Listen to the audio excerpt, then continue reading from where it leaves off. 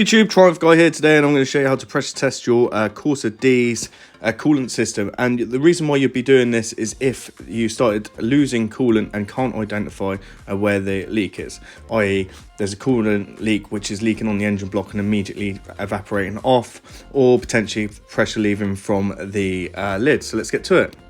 So before going into the cooling system, you're going to have to make sure it's cool and the car's been off for a while, and just gently remove the cap. Now this cap itself has got a pressure relief valve inside it, so they can fail and sometimes open up early, which would allow coolant to evaporate off. The other thing you're going to do is check for contamination in the coolant. This could potentially lead to a head gasket problem or an oil cooler issue, so that was where you could be losing coolant. So screw the attachment on the top.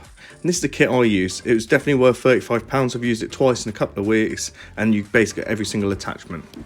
The hose on, and then you're going to start pumping. There's one of two things which happen. A, you're going to basically pump it and the pressure's going to build. You want it between 14 to 16 psi. Or B, you're not going to be able to create any pressure, and this would indicate a very sort of severe leak. As you can see, ours is leaking down there, and also you may have to block off this pressure relief valve hole. In this car, it's a coolant flange and the return pipe which is leaking, so quite a cheap fix, 30 quid. The other thing is, if you do get to 14 psi, leave it for 15 minutes, then open up the oil filler cap and see if you lose pressure that way. If it stays at 14 psi, then you then test the cap itself, the coolant reservoir cap, as this may be losing pressure. A link in the comments to a video I did where the cooling system did get up to pressure and how I found where the leak was coming from. But thank you very much for watching. Please make sure you like and subscribe, and we'll see you on the next one.